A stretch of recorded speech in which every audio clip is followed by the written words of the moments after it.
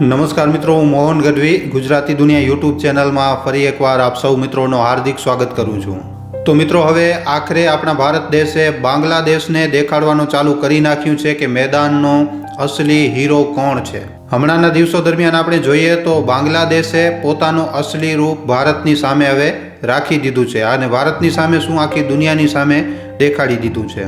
બાંગ્લાદેશ લગાતાર ભારતને છેડી રહ્યો છે. ક્યારેક તો એ બાંગ્લાદેશમાં હિન્દુઓ ઉપર અત્યાચારો કરી રહ્યો છે તો ક્યારેક સીમા ઉપર ડ્રોન તૈનાત કરી રહ્યો છે. બાંગ્લાદેશ ભારતના નોર્થ ઇસ્ટ વાળા રાજ્યોમાં કબજો કરવાની ધમકી પણ આપી રહ્યો છે અને હવે બાંગ્લાદેશની અંદર પાકિસ્તાનીઓના હથિયાર લઈને આવવાનો એટલો વધી ગયો છે કે ભારતને હવે એક મોટો પગલો લેવો પડ્યો છે.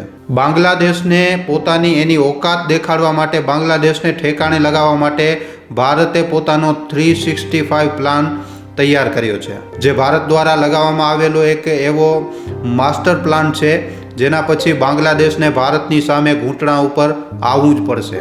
આખી ડેવલપમેન્ટ શું છે આ વિડીયોમાં આપણે ખૂબ જ વિસ્તારપૂર્વક વાત કરવાની છે. પણ મિત્રો, વિડીયોમાં આગળ વધીએ એ પહેલાં આ વિડીયોને લાઇક તેમજ શેર કરવા ખાસ વિનંતી.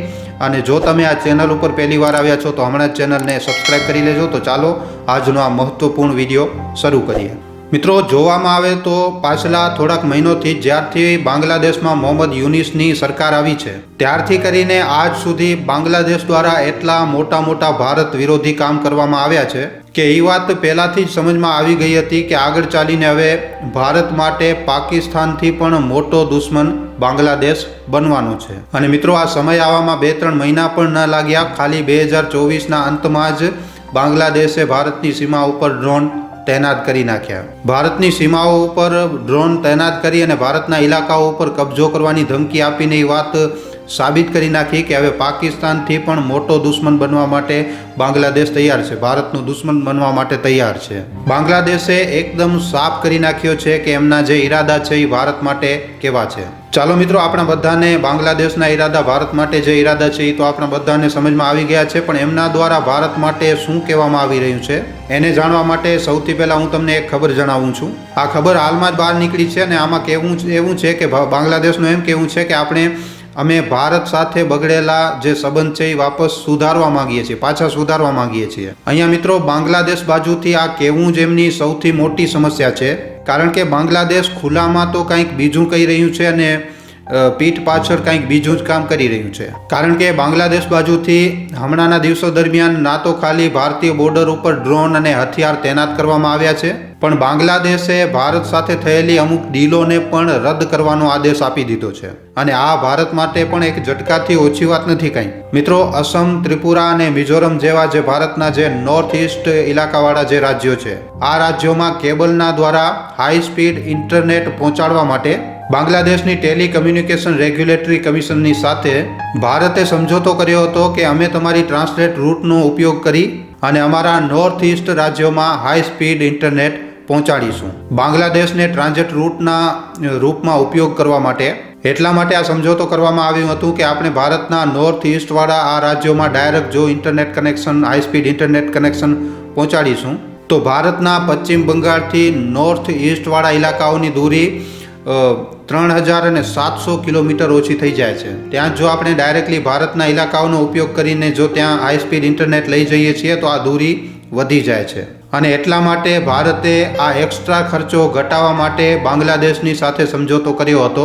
પણ હાલમાં મિત્રો, હવે બાંગ્લાદેશના બદલતા ઈરાદાઓની વચ્ચે એવી ખબર નીકળીને બહાર આવી રહી છે કે બાંગ્લાદેશે ભારતની ચિંતા વધારવા જેવું કામ કર્યું છે અને એમણે ભારતની સાથે થયેલી આ ડીલને હમણાં કેન્સલ કરી નાખ્યું છે. અને જેના લીધે ભારતના નોર્થ ઇસ્ટ ઇલાકાઓની જે ઇન્ટરનેટ, હાઈ સ્પીડ ઇન્ટરનેટની જે સેવાઓ છે એ ખૂબ જ ખરાબ રીતે પ્રભાવિત થઈ શકે છે. કહેવાનો મતલબ એ છે કે મિત્રો, બાંગ્લાદેશના હાલમાં બધા જ કામો ભારત સાથે એના જે સંબંધ છે એ બગાડી રહ્યા છે અને આગની અંદર ઘી નાખવાનું કામ પણ કરી રહ્યા છે. પણ સામેથી સોશિયલ મીડિયામાં મોહમ્મદ યુનિસનું એમ કહેવું છે કે અમે ભારત સાથે બગડી રહેલા સંબંધોને સુધારવા માંગીએ છીએ. તો આવી પરિસ્થિતિમાં હવે બાંગ્લાદેશને સબક શીખવાડવા માટે સીધો રસ્તો નહીં પણ તેડો રસ્તો લેવો પડશે. અને આ રસ્તો એવો હશે કે બાંગ્લાદેશને અંદર જ અંદર એકદમ ખોખલો કરી નાખશે.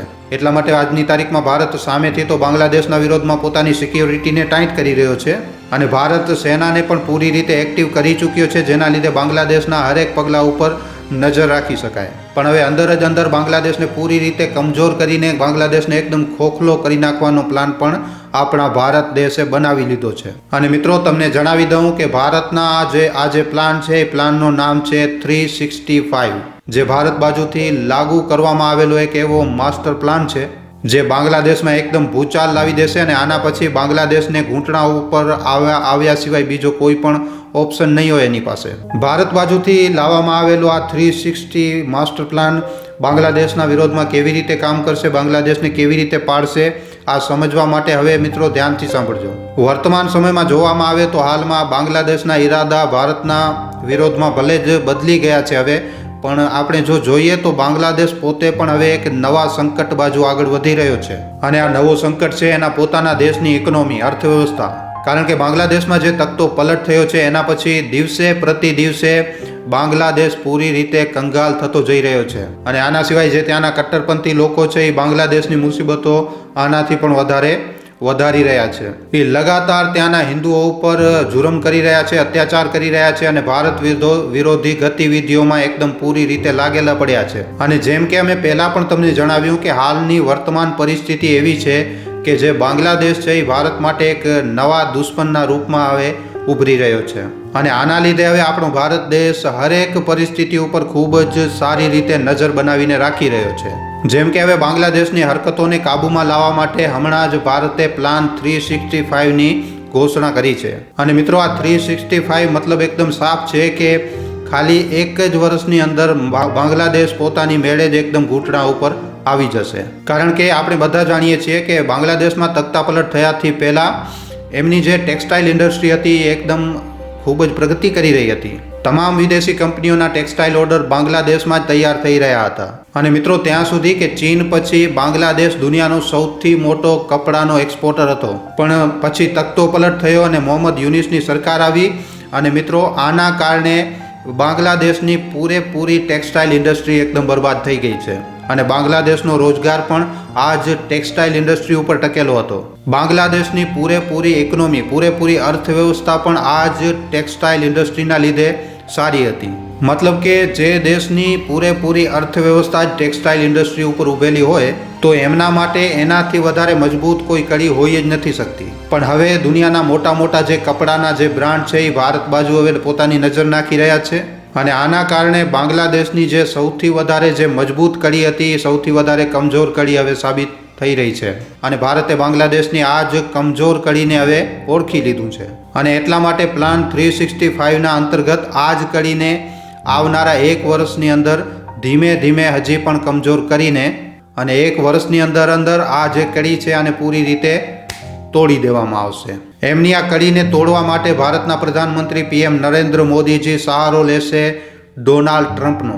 હા મિત્રો, ડોનાલ્ડ ટ્રમ્પ જે હવે વર્ષ 2025માં ફરી એકવાર અમેરિકી શાસનમાં આવી રહ્યા છે, જેમાં ભારતના PM નરેન્દ્ર મોદીજી ટ્રમ્પની સાથે હવે વિદેશી યાત્રાઓ ઉપર નીકળશે. અને આ યાત્રા દરમિયાન બાંગ્લાદેશનો જે એક્સપોર્ટ છે એને નિશાનો બનાવવામાં આવશે. જ્યાં પ્લાનના અનુસાર મિડલ ઇસ્ટ અને એશિયાઈ દેશોમાં બાંગ્લાદેશના ટેક્સટાઇલ એક્સપોર્ટ ઉપર નકલ કસવા માટે ખૂબ જ કડક પગલાં લેવામાં આવશે. અને ત્યાં સુધી કે USA અને અમેરિકા જેવા ખૂબ જ મોટા માર્કેટ જ્યાં બાંગ્લાદેશની પકડ ખૂબ જ વધારે મજબૂત છે ત્યાંથી બાંગ્લાદેશને હટાવવાની કોશિશ કરવામાં આવશે. અને આમાં પોતે ડોનાલ્ડ ટ્રમ્પ સામેલ હશે. જ્યારે બાંગ્લાદેશના એક્સપોર્ટ ઉપર ઘા લાગશે તો એનો જે વિદેશી મુદ્રા ભંડાર છે એ ખૂબ જ ઝડપથી ખાલી થવા લાગશે. અને આના લીધે બાંગ્લાદેશમાં આવનારા સમય દરમિયાન ખૂબ જ ગંભીર આર્થિક સંકટ આવી શકે છે. હાલત એવી ખરાબ થઈ જશે કે બાંગ્લાદેશ પોતાના ઇમ્પોર્ટ બિલ પણ નહીં ચૂકવી શકે. અને એવામાં મિત્રો કહેવામાં એમ આવી રહ્યું છે કે જો બાંગ્લાદેશ લગાતાર આવી જ રીતે ભારત વિરોધી ગતિવિધિઓમાં રહેશે તો આવનારા એક વર્ષની અંદર ભારત પૂરી રીતે બાંગ્લાદેશને બરબાદ કરીને છોડી દેશે. અને જે આજની તારીખમાં જે હિન્દુઓ ઉપર અત્યાચાર થઈ રહ્યો છે બાંગ્લાદેશના જે કટ્ટરપંથી લોકો છે એ બધાને એકને એક દિવસે ભારતની સામે ઘૂંટણા ઉપર આવવું જ પડશે. કારણ કે જેવી રીતે બાંગ્લાદેશ બરબાદીના રસ્તા ઉપર ચાલી રહ્યો છે તો જ્યારે એ બરબાદ થઈ જશે તો આખી દુનિયામાં ખાલી એક ભારત જ એવો દેશ બચશે જે બાંગ્લાદેશનો સાથ આપી શકે છે. ખાલી ભારત જ એ દેશ છે જે ફરી એકવાર બાંગ્લાદેશને માર્કેટમાં ઊભો કરી શકે છે. હમણાં મિત્રો તમને શું લાગે છે, શું ભારતનો આ જે 365 પ્લાન ભારતે તૈયાર કર્યો છે આ પ્લાન સક્સેસફુલ રહેશે કે નહીં રહે. આના ઉપર તમારા શું વિચાર છે નીચે કોમેન્ટ સેક્શનમાં લખીને જણાવવા ખાસ વિનંતી.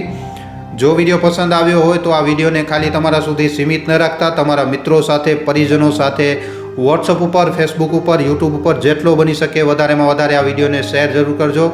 તો આજના વિડીયોમાં આટલું જ. હવે આપણે મળીશું ફરીવાર એક નવા વિડીયો સાથે. ધન્યવાદ.